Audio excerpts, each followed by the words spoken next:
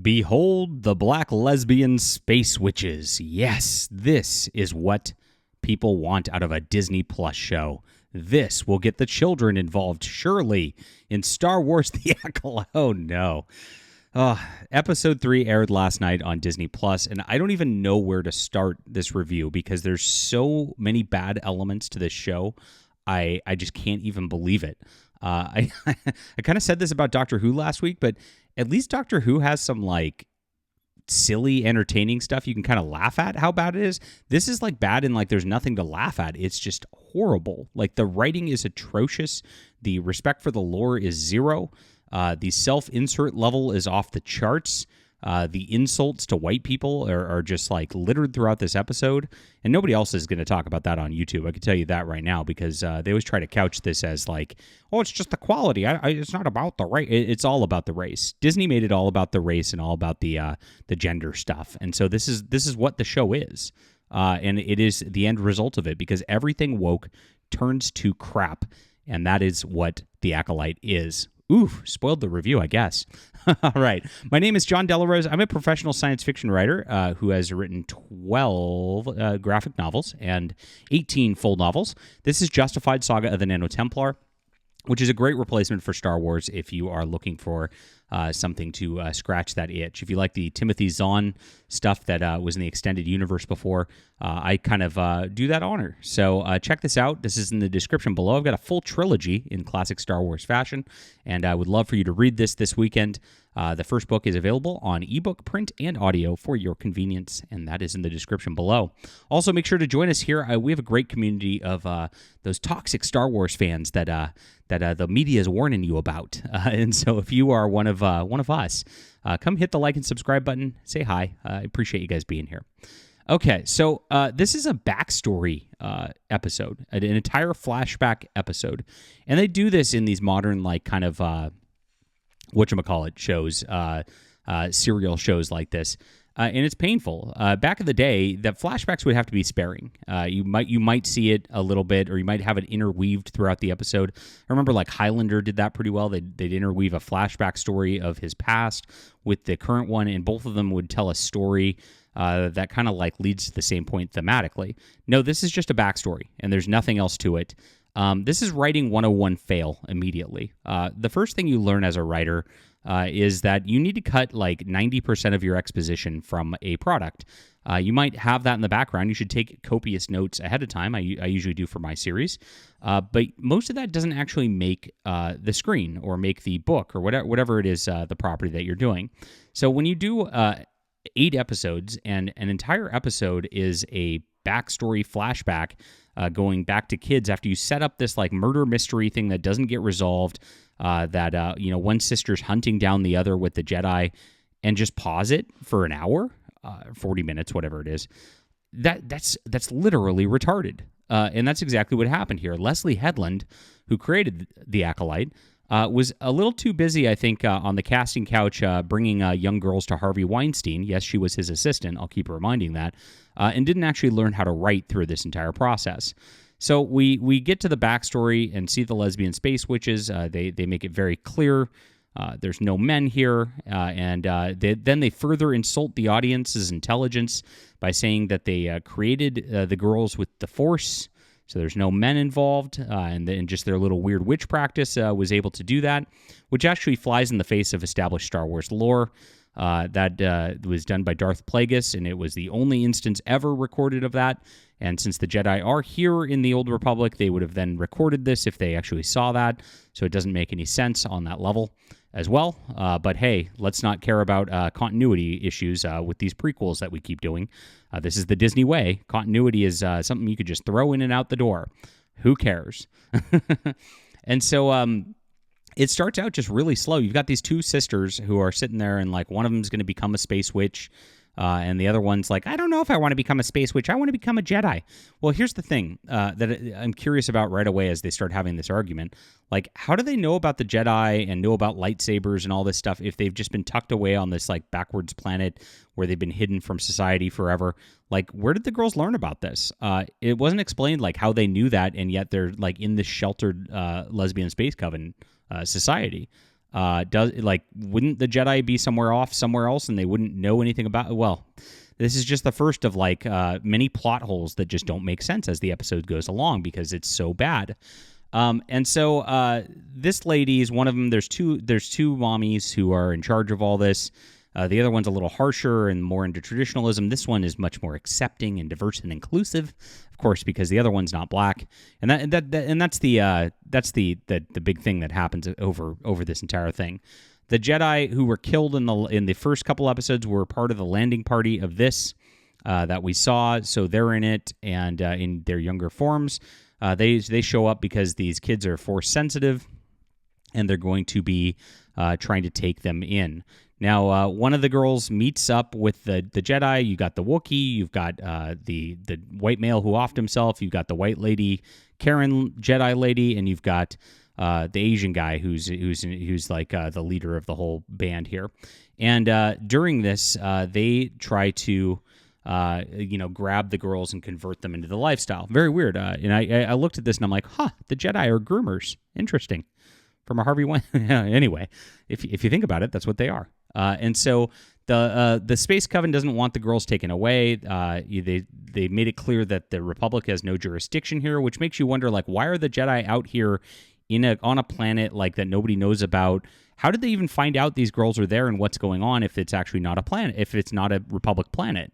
Why are they even aware of this? That doesn't get answered. And so that's another plot hole that's just left. They're there because the plot demands they be there. And that's what happens over the course of this episode. The plot just dictates something, so it happens. And so it doesn't matter if it makes sense or not. It doesn't matter if it just doesn't get answered. Absolutely crazy. So one of the girls just has doubts about this the entire time. They get tested by the Jedi eventually. They're force sensitive. Yay. They have their little witch ceremony. One of them becomes the witch ceremony. The other one's like, no, I don't want to. Wah. And causes a big stir. And then they're like two twin girls who are inseparable, and they love each other, and they say they love each other and really care about each other. For some reason, the twin girl who is inducted into the witch coven is hey. If you're not going to join us and all that, I'm going to kill you, out of nowhere. And there's no hint of anything weird like this happening ahead of time. This is so out of character because she was so concerned about her sister the entire time. She wants her sister in the traditional society of witches, Jesus. In order to get her, so they can be they keep saying two is one, they're bonded together. And so if she's bonded together on that level, why would she just kill her? It just doesn't make any sense. So she locks her in a room. This is 30 minutes into it. Nothing happened except for explaining who all these people are for 30 minutes. It was so slow and boring, I should mention. The pacing was horrible. And then she lights the place on fire to then kill her sister. And here's a still. So this is where, again, it's an epic fail here. This entire, witch coven area is made of stone. And so this lady, lights one of their, the girl lights one of their, whatchamacallits, tomes on fire, that's paper, and just sets it down at her sister's door. And the door, all of it's made of stone and rock. None of this stuff would burn. And for some reason, that little thing, within seconds, lights up the entire compound, and it doesn't make any sense. It's absolutely crazy. And I'm at that point, I'm like, this is so insulting to my intelligence as a viewer. What the hell? Now you remember they did this in the last episode as well, which was making fire in space while they just sat there on the back of one of their speeders or whatever it was, trying to fix things with an astromech. Which, why was she there? And weird. So this was painful to watch because it definitely, fire would not have caught this fast and this crazy. And then as she escapes, it's so poorly done. All the lesbian witches are down on the ground dead.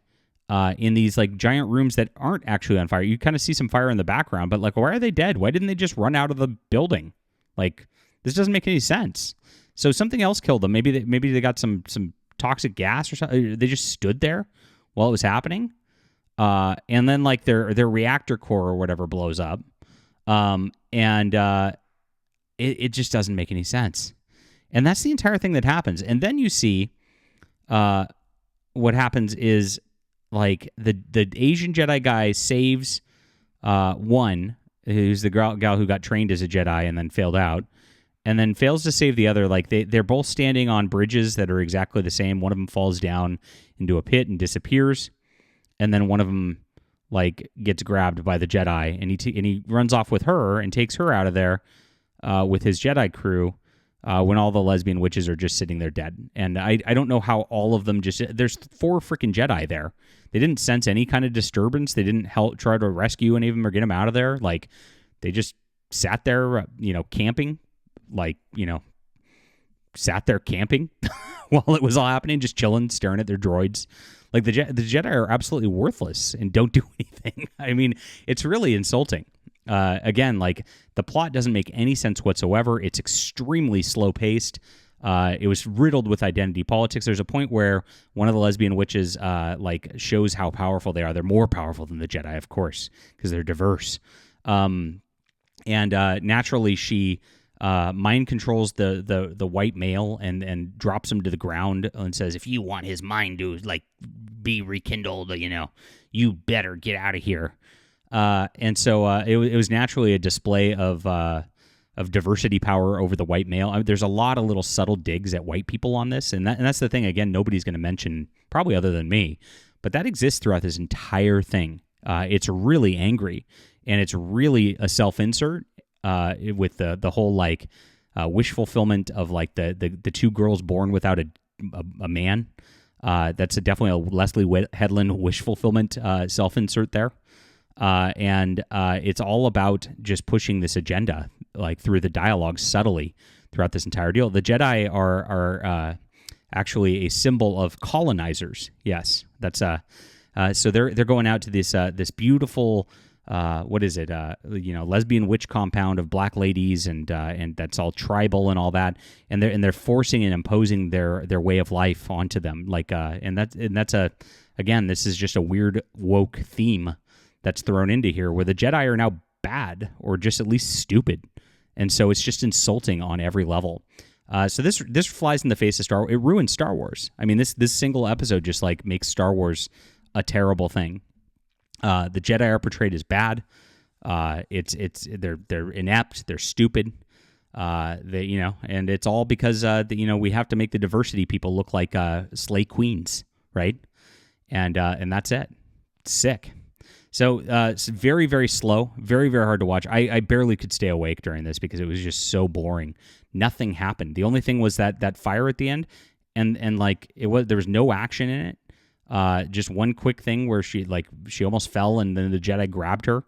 All the lesbian witches just laid on the ground dead. We didn't see them running and screaming. If there's a fire, the fire takes a while to catch. It's not like the building collapsed on them. They were just laying on the ground. It was very insane. The directing was terrible. The pacing was terrible. The dialogue was terrible. The characters were terrible and unlikable. And gosh, I have no idea what they're thinking. No idea. Whew. All right, it's over. I can't imagine it's going to come back from this. Leave a comment down below with what you think about this. Please hit the like and subscribe button and check out Justified Saga of the Nano Templar, available on Amazon now.